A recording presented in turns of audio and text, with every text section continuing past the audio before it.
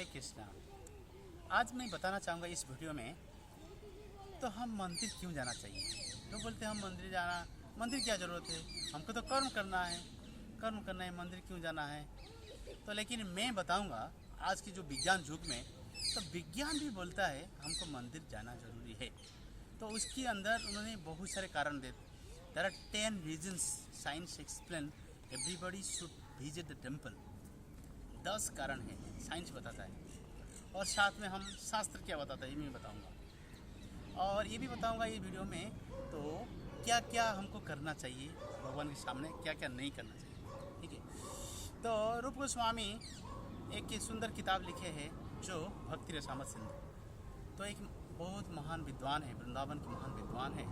तो षड गोस्वामी में, गौड़ी परंपरा में षड गोस्वामी में एक गोस्वामी है, तो वो रूप गोस्वामी। उन्होंने एक किताब लिखी है तो जिसकी नाम है भक्ति रसामत सिंधु। उसमें लिखते हैं तो भगवान के मंदिर में क्या क्या करना है, क्या क्या नहीं करना है। सबसे पहले मैं ये बताना चाहूँगा तो मंदिर को हम क्यों जाना चाहिए और विज्ञान क्या बोलता है और शास्त्र क्या बोलता है।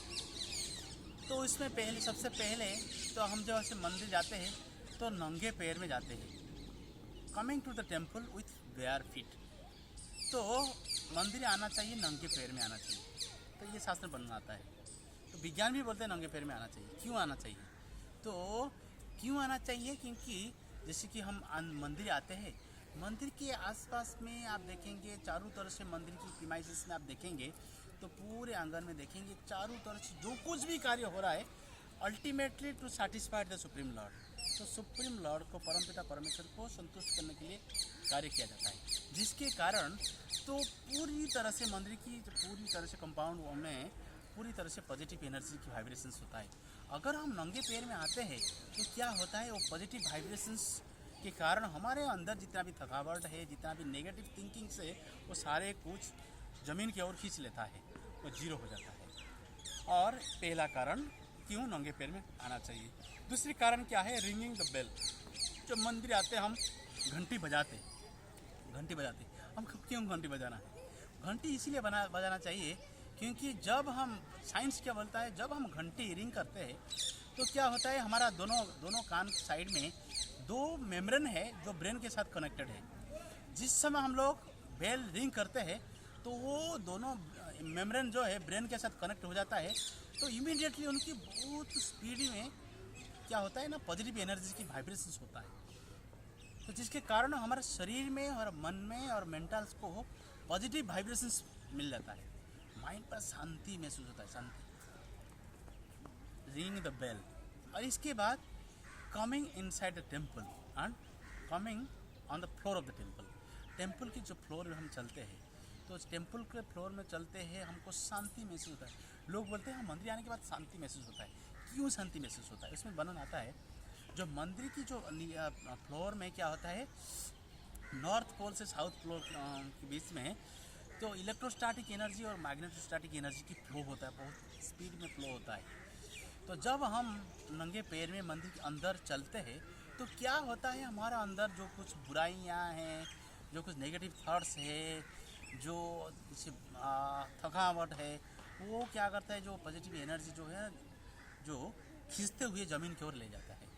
जो नॉर्थ पोल से साउथ पोल को जो इलेक्ट्रोस्टैटिक एनर्जी और मैग्नेटोस्टैटिक एनर्जी जो फ्लो होता है वो ज़मीन की ओर खींच के ले जाता है, जिसके कारण हमको पूरा बड़ी शांति महसूस होता है, हमारा थकावट सब कुछ दूर हो जाता है, गायब हो जाता है। तो इसके बाद तो सेंस ऑफ साइट।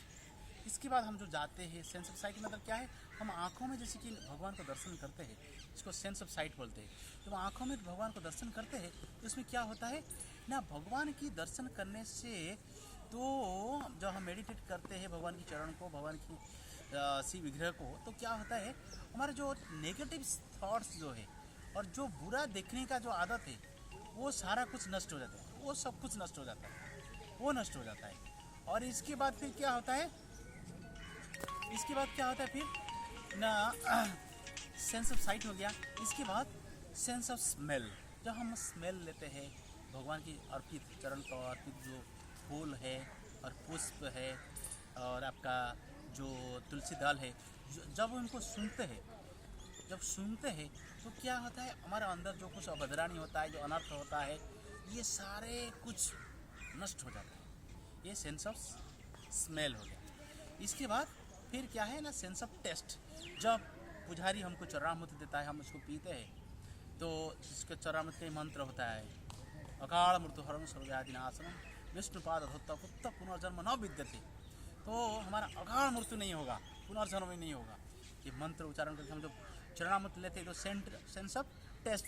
जब चरणामृत लेते हैं तो फिर कुछ अनाप शनाप बोलना, जीवा दो कार्य करता है, बोलता है और स्वाद चखता है। तो अनाप शनाप बोलने का जो चीज़ है वो भी नष्ट हो जाता है, और अनाप शनाप जो खाने का जो चीज़ है, लालसा है, जो नॉनवेज वगैरह ये जो कुछ खाने का जो इच्छाएं हैं वो भी नष्ट हो जाता है। इसको सेंस ऑफ टेस्ट बोलते हैं। इसके बाद डूइंग परिक्रमा। हम जब परिक्रमा लेते हैं तो मंदिर के अंदर परिक्रमा करते हैं, तो मंदिर के अंदर अगर परिक्रमा करते हैं तो साइंस बोलता है, क्योंकि मंदिर के चारों तरफ से भगवान की जो पॉजिटिव वाइब्रेशंस होती है, फुल ऑफ पॉजिटिव वाइब्रेशन का पूरा पैकअप होता है। तो हम परिक्रमा लेते हैं, साइंस बोलता है 9 टाइम्स यू शुड डू परिक्रमा, विज्ञान बोलता है, लेकिन शास्त्र बोलता है 4 टाइम यू कैन डू परिक्रमा। तो हम परिक्रमा जब करते हैं, मंदिर के चारों तरफ से परिक्रमा करते हैं, हमारे शरीर की पूरी तरह से पॉजिटिव एनर्जी में भर जाता है, जिसके कारण कोई बुरा सोचना, कोई बुरा करना, और कोई हमको कभी किया, कोई गाली दिया था, दोस्त गाली दिया था, बॉस ने कुछ गलत बोला था, कि हमारा माता पिता कुछ बोले थे, ये सारे जो पिछले बार चेतना है और करंट जो चेतना है सब नष्ट हो जाता है। हम पूरी तरह से मतलब शुद्ध हो जाता है, शुद्ध हो जाता है, हमारा चेतना भी शुद्ध हो जाता है, और मन में कोई थकावट नहीं रहता है, मन में कोई टेंशन नहीं रहता, कोई तनाव नहीं रहता है, शरीर पूरी तरह से सुस्त हो जाता है, और अच्छा सोचना और अच्छा बोलने का क्षमता हमारे अंदर आ जाता है। ये चीज़ है। और इसके बाद जैसे कि मैं बोला था, रूप गोस्वामी भक्ति रसामृत किताब में बोलते हैं, क्या बोलते हैं ना, हमको मंदिर के सामने क्या क्या करना है, क्या क्या नहीं करना है। इसी तो बहुत सारे हैं, लेकिन मैं कुछ चीज़ बताना चाहूँगा। मंदिर के अंदर आने के बाद आपको किसी को डांटना नहीं चाहिए, शिव विग्रह के सामने दूसरे को डांटना नहीं चाहिए, शिव विग्रह के सामने से उच्च स्वर में हंसना नहीं चाहिए, शिव विग्रह के सामने में नाखून नहीं खाना है, लोग कहते हैं नाखून करते हैं, और शिव विग्रह के सामने माता लोगों ने कंघी कर देते, बाल को मनाते, वो भी नहीं करना चाहिए। और फिर क्या करना चाहिए, शिव विग्रह परिक्रमा के दौरान में शिव विग्रह के पीछे की ओर प्रणाम नहीं करना चाहिए। पीछे क्यों है ना, भगवान की पीठ जो अधर्म की प्रतीक है, अगर हम पीछे जाके प्रणाम करेंगे हमारा अधर्म वृद्धि होगी, धर्म हानि हो जाएगी। तो ये चीज़ कुछ बेसिक चीज़ है, ये नहीं करना चाहिए। और भगवान की परिक्रमा के साथ साथ भगवान को प्रणाम करना चाहिए। तो भगवान को प्रणाम कैसे करना चाहिए, दाएं से बाएं तो करना चाहिए, पूरा दंडवत करना चाहिए। प्रणाम में हमारा अष्ट अंग होना चाहिए, पुरुष को अष्ट अंग में प्रणाम करना चाहिए, और लेडीज़ को, माता लोगों को पंचा अंग में प्रणाम करना चाहिए। अष्ट अंग में क्या क्या है, लोग बोलते हैं अष्ट अंग में, तो क्या हमको पता नहीं। अष्ट अंग में क्या है ना, हमारा 2 पैर, 2 जंघ है, हमारा सीना, हमारा दोनों आँख, नाक, और साथ में हमारा जो बोलने का शक्ति, जो वाणी, ये सब एक साथ होना चाहिए पूरी तरह से अष्टांग में समर्पण भाव में। तो पूरे जमीन में लेटे हुए प्रणाम करना चाहिए पुरुष लोगों के लिए। और माता लोगों का क्या है ना, दोनों जगह घुटना और सर लगा के, दोनों हाथ लगा के प्रणाम करना चाहिए। ये और उनके मन, तो मन क्यों होना चाहिए, क्योंकि मन में ही, क्योंकि सारा कार्य मन के माध्यम से हो रहा है ना, मन गलत सोचता ही गलत कार्य होता है, इसलिए मन को पूरी तरह से नौसावर करते हुए प्रणाम करना चाहिए। माता लोगों को पंचांग में प्रणाम करना चाहिए, और पुरुष लोगों को अष्ट अंग में दंडवत प्रणाम करना चाहिए। तो बाएं से दाएं तक प्रणाम करना चाहिए। लोग बोलते हैं आप इस तरह से क्यों करते, भगवान तो सामने है, इस तरह से क्यों करते। हम इस तरह से करते, इसका 3 रीजन है। पहला रीजन क्या है, भगवान के सामने हर समय भगवान के भक्त रहते हैं। अगर हम ऐसे प्रणाम करते हैं तो सर तो भगवान की ओर जाता है, लेकिन पैर भगवान के भक्तों की ओर जाता है।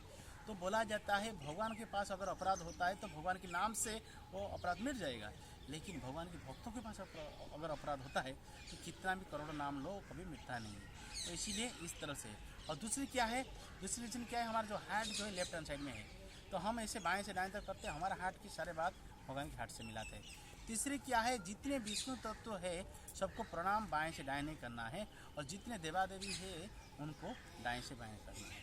ये 3 रीजन से ये सारा प्रणाम विधि है। ये बेसिक चीज़ है, मैं कुछ बताया, और दूसरे वीडियो आएगा हम आपको विस्तार रूप से बताएंगे। हरे कृष्णा।